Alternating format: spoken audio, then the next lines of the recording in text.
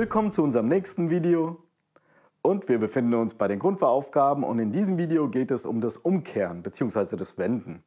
Ihr müsst euch dabei selbst ein Plätzchen suchen zum Umkehren und da zeige ich euch hier in diesem Video verschiedene Möglichkeiten, wo man wenden kann. Außerdem reden wir noch kurz über die Gefahrenbremsung. Die muss ja auch bei der praktischen Prüfung gemacht werden. Alles klar, viel Spaß!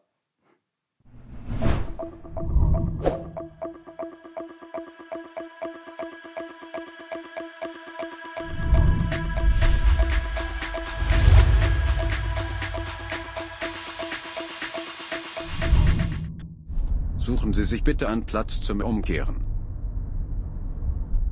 Bei der praktischen Prüfung musst du dir selbst ein Plätzchen suchen zum Umkehren. Zum Beispiel eine Seitenstraße kannst du da benutzen oder eine Einfahrt kann man auch benutzen. Parkplätze kannst du zum Wenden benutzen oder hier so ein Wendehammer zum Beispiel. Den findest du hin und wieder in Sackgassen. Und das solltest du auch selbstständig erkennen, dass du in eine Sackgasse reinfährst. Denn dann musst du auch damit rechnen, dass du wenden musst. Es gibt noch mehrere Möglichkeiten zu wenden. Und zwar in einem Wendekreis oder den Kreisverkehr, den kannst du auch zum Wenden benutzen. Und wenn sich nichts von dem anbietet, dann kann man auch auf der Fahrbahn in 3 Zügen wenden. Man kann auch einmal um den Block fahren, um das Fahrzeug zu wenden. Das dauert aber etwas länger und man müsste sich dann auch auskennen, ob man da überhaupt um den Block fahren kann. Und der Prüfer könnte noch die zusätzliche Anweisung geben: Suchen Sie sich bitte einen Platz zum Umkehren. Wenn möglich unter Ausnutzung einer Einfahrt. Wir wenden auf der rechten Seite.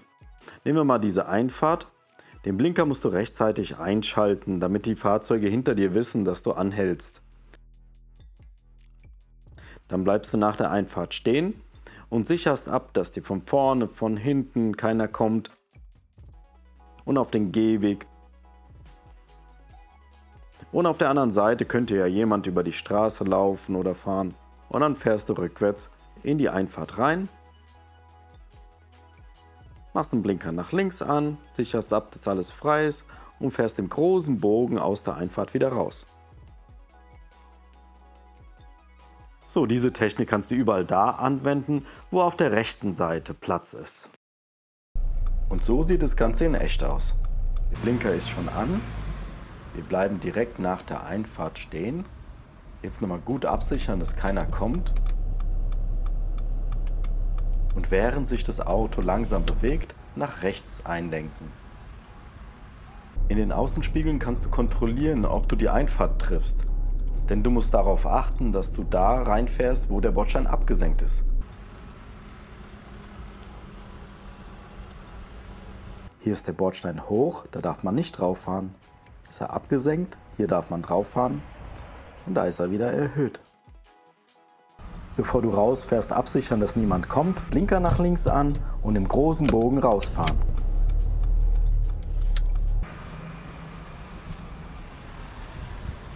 Das könnte man jetzt genauso mit einer Seitenstraße machen, wenn zum Beispiel keine Einfahrt zur Verfügung steht. Auf die Vorfahrt achten, hier rechts vor links, nach der Straße stehen bleiben und langsam zurückfahren. Sehr vorsichtig sein, damit rechnen, dass aus der Straße jemand herausfahren kann.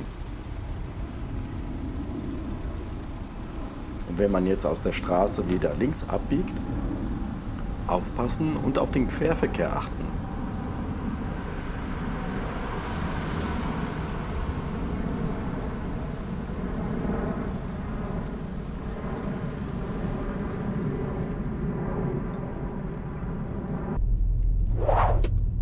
Und wenn du auf der linken Seite wenden möchtest, dann mach den Blinker an, sicher ab und fahr im großen Bogen da rein. Vergiss nicht, beim Rausfahren schert das Auto nach links raus. Also achte darauf, dass links neben dir kein Hindernis steht, zum Beispiel ein geparktes Auto. Wenn du jetzt rückwärts nach rechts rausfährst, machst du einen Blinker an und sicherst ab, dass keiner kommt. Du stehst auf der Fahrbahn und willst losfahren. Achte darauf, dass dich keiner überholt, bevor du losfährst.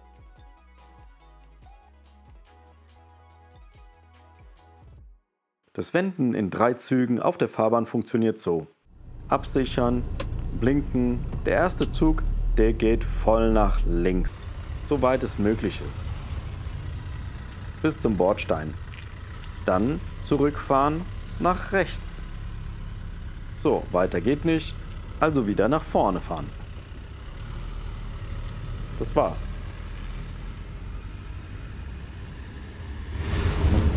Im Wendekreis ist es ja einfach. Da kannst du ja in einem Zug wenden. Da muss man ja nicht zurückfahren. Wenn man so viel Platz hat, dann kann man das auch machen. Ist ja kein Problem. Es ist dir überlassen, wie du das machst. Hauptsache, es ist sicher.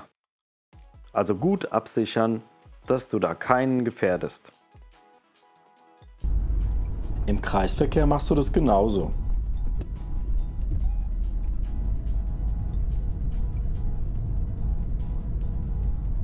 Und beim Rausfahren blinken nicht vergessen. Stell dir vor, dir läuft einer vors Auto und du musst eine Vollbremsung machen. Dies muss auch gelernt sein. Und hier zeige ich dir jetzt, wie das funktioniert. Denn das musst du auch in der fahrpraktischen Prüfung machen. Denn richtig bremsen kann Leben retten. Die Gefahrenbremsung oder auch Bremsschlag genannt. Mit der höchstmöglichen Verzögerung zum Stillstand kommen. Das ABS muss aktiv werden. In der praktischen Prüfung bei 30 km pro Stunde, wenn der Fahrlehrer das Zeichen gibt. Dann musst du mit voller Kraft auf die Kupplung und die Bremse hauen.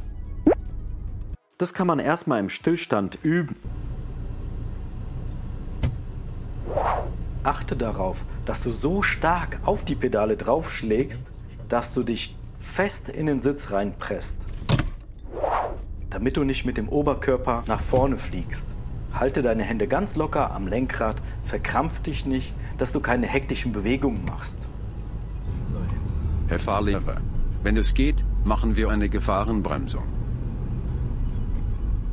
Fahr 30 km pro Stunde, ich sage dir, wann du bremsen sollst. Dein Fahrlehrer guckt vorher in den Spiegel und sichert ab, dass hinter euch kein Fahrzeug fährt. Stopp. Das ABS geht an, das Auto bleibt sofort stehen. So soll es sein. Aber es ist noch nicht fertig. Denn wenn du jetzt wieder losfahren willst, darfst du das Auto nicht abwürgen. Schalte in den ersten Gang, vergewissere dich, dass alles frei ist. Durch den Innenspiegel, den Außenspiegel, du machst einen Blinker links an und den Schulterblick. So, wenn alles frei ist, dann kannst du losfahren. Das war's. So, ich hoffe, das Video hat dir gefallen. Jetzt weißt du Bescheid, wo du wenden kannst, wie du wenden kannst und wie die Gefahrenbremsung funktioniert. Dann haken wir das doch mal ab. Alles klar, dann bis zum nächsten Video.